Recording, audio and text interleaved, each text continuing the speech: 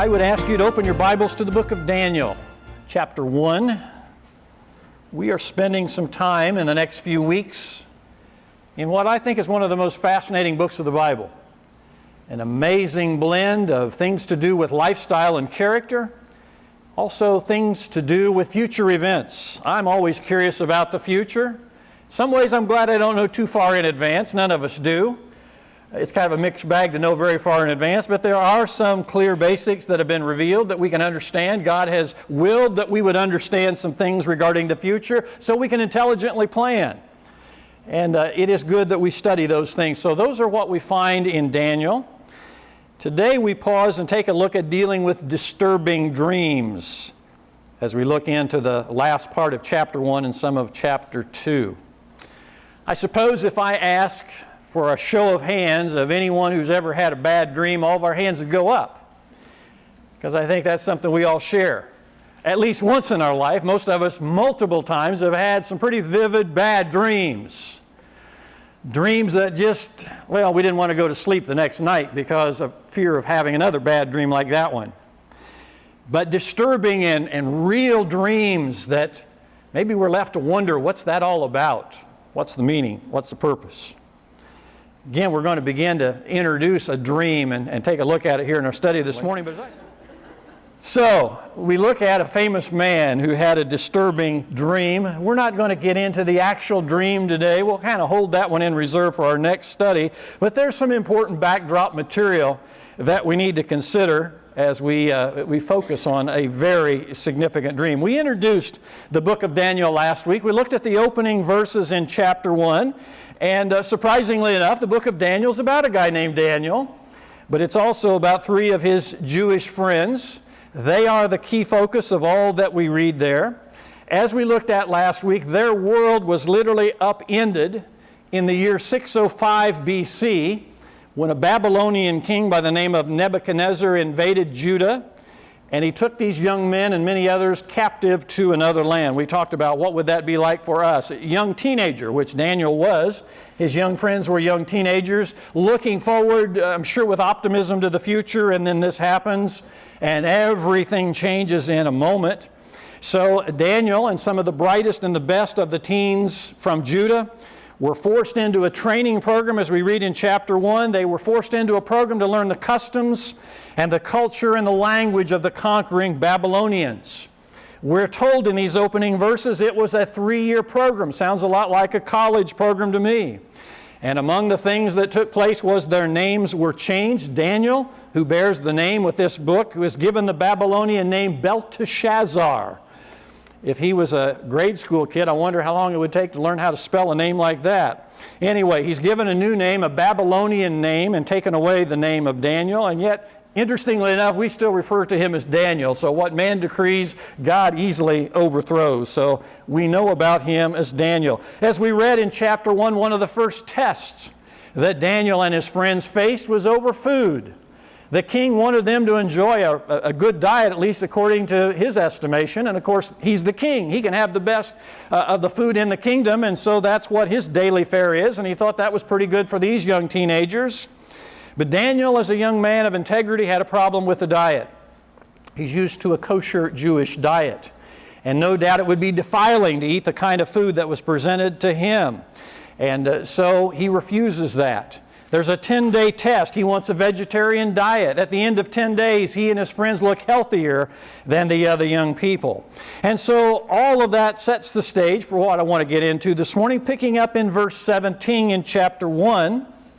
And it says, "As for these 4 youths, God gave them knowledge and intelligence in every branch of literature and wisdom. Daniel even understood all kinds of visions and dreams." That verse is rather interesting. This 3-year course of study these young men are forced into, they're in a Babylonian immersion program. And no doubt the material that they're exposed to is very anti-God stuff. And it is very interesting that God gave them knowledge and intelligence in every branch of literature and in wisdom. So you think about that for a moment. God has provided them understanding and insight. He has advanced their learning of things that are radically opposed to Him and His standards. And I read that, I think that's rather incredible.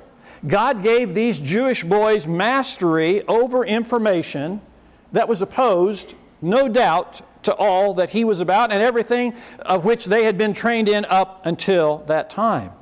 And I kind of scratch my head and say, God, why would you do that? Of course, the bright side is those of you in school that pray for help on tests and your studies, by the way, here's the precedent. If God helped them, He might help you with your schoolwork too.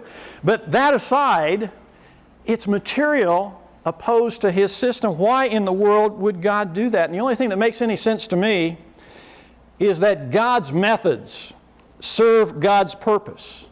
We don't often see the whole picture. What is interesting about Daniel, note that first and foremost, Daniel's a man of character. Daniel is not tainted by anything around him while he's in captivity. That in itself is a pretty amazing thing. A young Jewish boy, an impressionable age, you would think that he would very quickly and easily pick up the customs of the culture that he's now immersed in. But Daniel's an outstanding man of character, and so he remains untouched by what he learns, untouched even by the food that he's offered. Daniel's a very rare man, and so it makes some sense that God would take an individual like this who could become very proficient in the customs, the literature, the language of the Babylonians, and yet he still was maintained as a man of integrity. God can use a person like that. And maybe that's the great lesson here. God might direct us into some very unusual learning in our lives. But if we are people of character and integrity, God can use that as a tool to reach others. And that seems to be one of the great lessons, is that God will use people that He prepares. He will use them to have the impact that He has designed. In fact, that's one of the great lessons I'm seeing here as we get into the book of Daniel, is the fact that God uses prepared people. Because what we're reading in the opening verses of chapter 1 is the preparations for what God is going to do with Daniel and his friends. They went off to college, university, Babylonian tech for 3 years.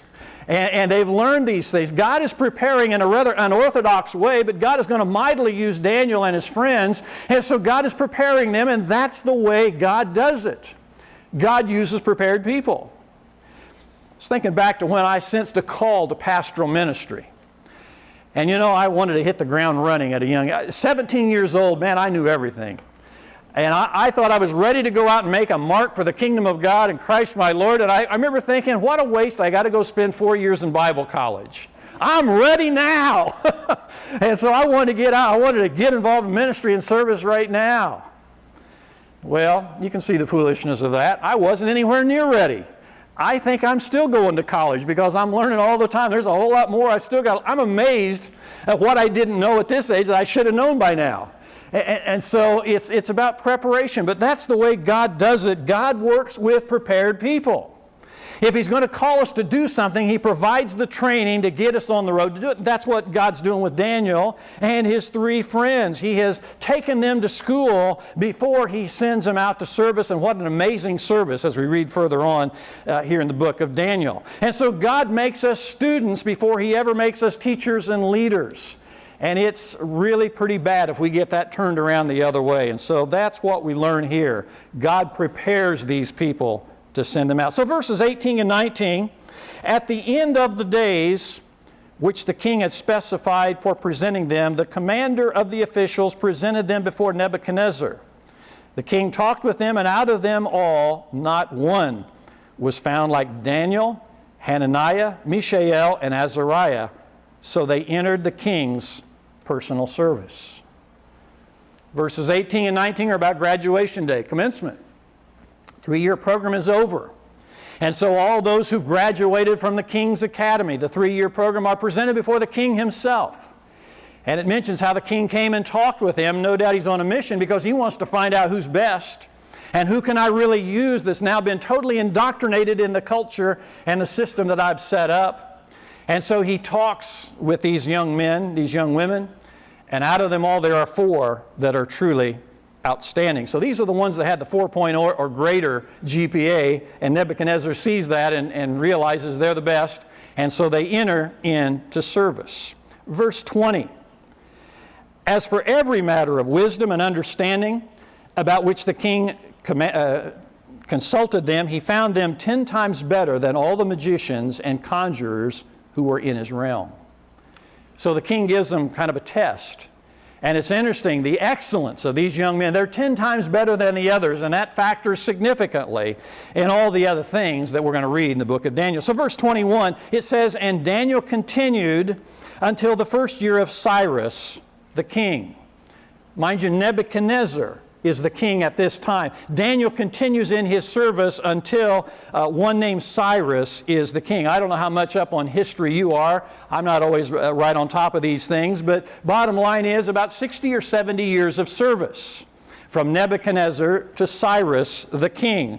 And I guess in order to frame that, that would be just a little bit like someone serving on the cabinet of 16 different presidential administrations. And to maybe bring it home a little bit more, from President Truman right down to Obama today. So that's kind of the span of the service of Daniel. All of that's important background for what we get into in chapter 2. Look at verse 1. "Now in the second year of the reign of Nebuchadnezzar, Nebuchadnezzar had dreams, and his spirit was troubled, and his sleep left him." Isn't that the way bad dreams go? You have a bad dream and you're troubled by it. What's that all about? It's so very vivid in your mind.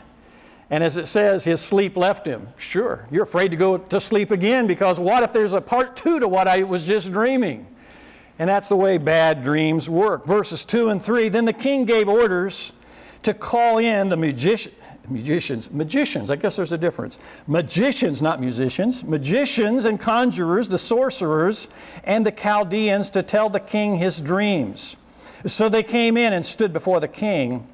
And the king said to them, 'I had a dream, and my spirit is anxious to understand the dream.'" Those verses tell us that he obviously realized this dream was something of importance.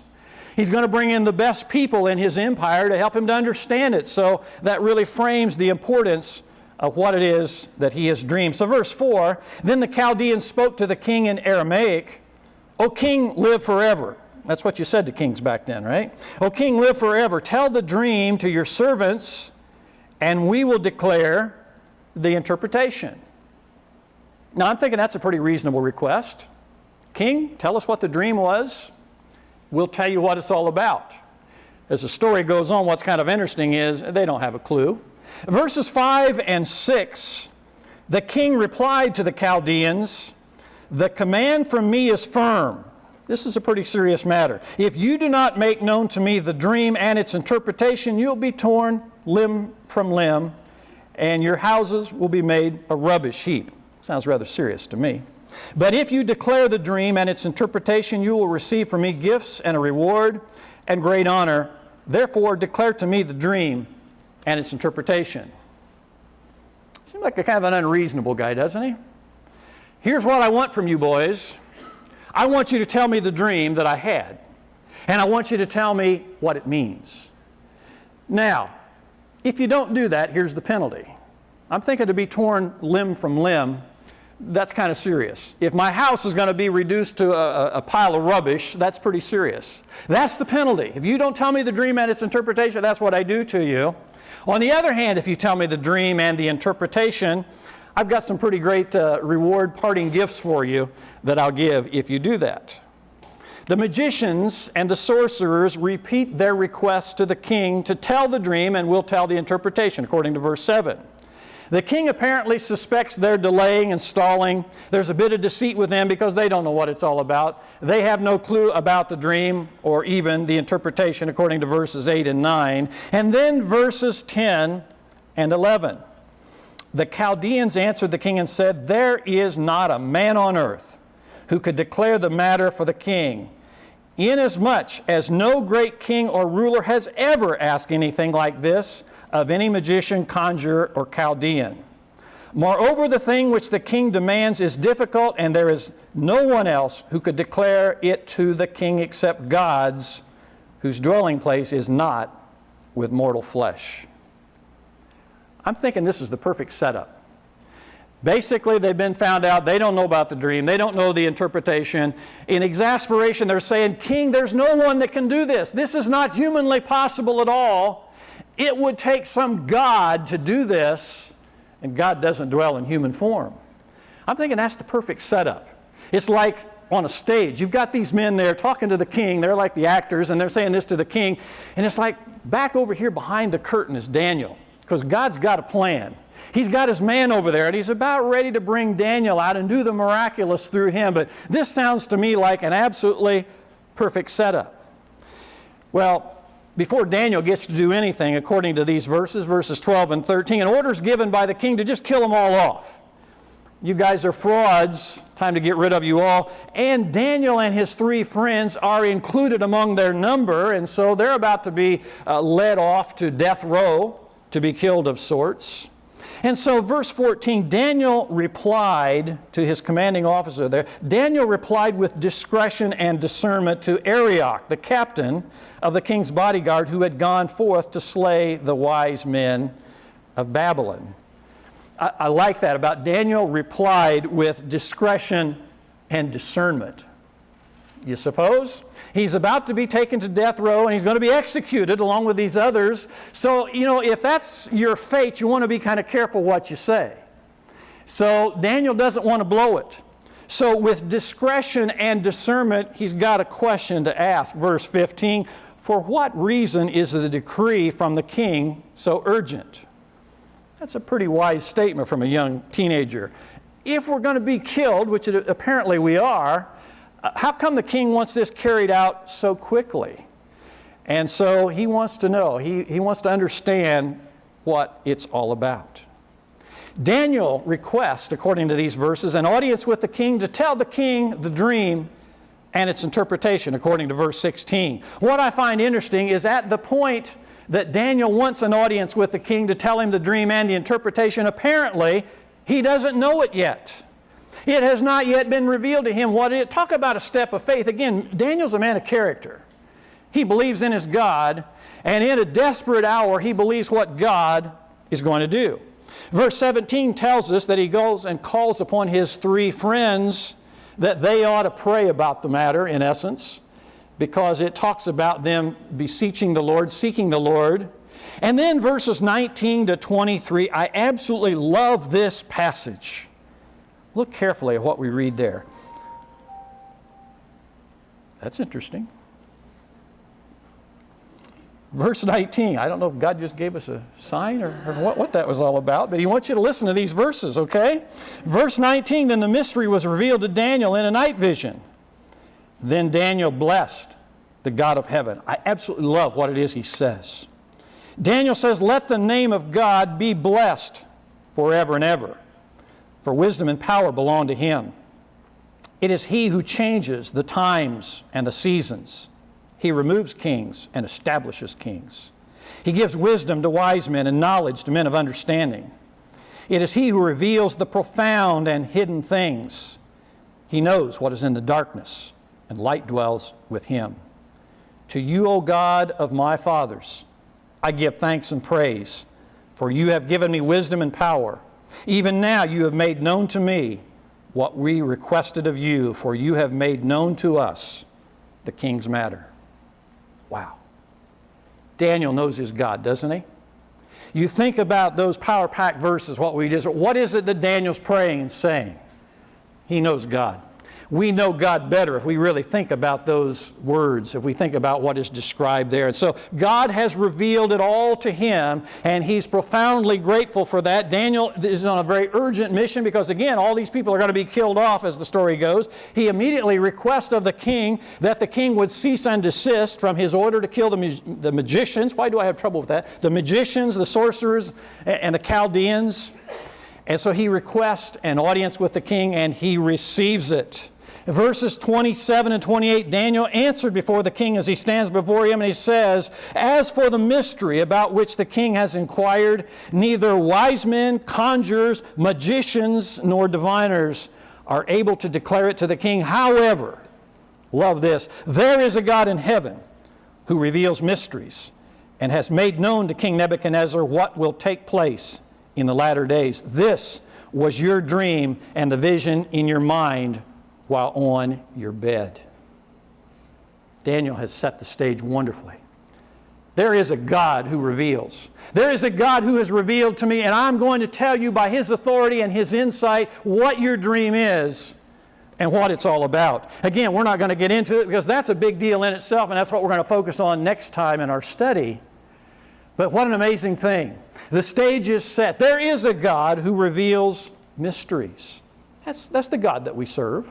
There are things that are puzzling to us. There are dreams in the night we don't understand. God is the one who reveals mysteries. Dreams is a big subject in itself. We could spend a lot of time talking about it. You know, God has used dreams many times. Here's one example we're about to get into. But God very often has spoken and revealed Himself and His will through dreams. Joseph of the Old Testament, God used dreams to reveal things concerning the future with him. Another Joseph, married to a woman named Mary, mother of Jesus, God spoke to him directly in at least a couple of dreams. Many, many other examples in Scripture. The book of Revelation, basically a dream and a vision where God revealed the future. God has actively used dreams, and maybe God's doing that in our lives today.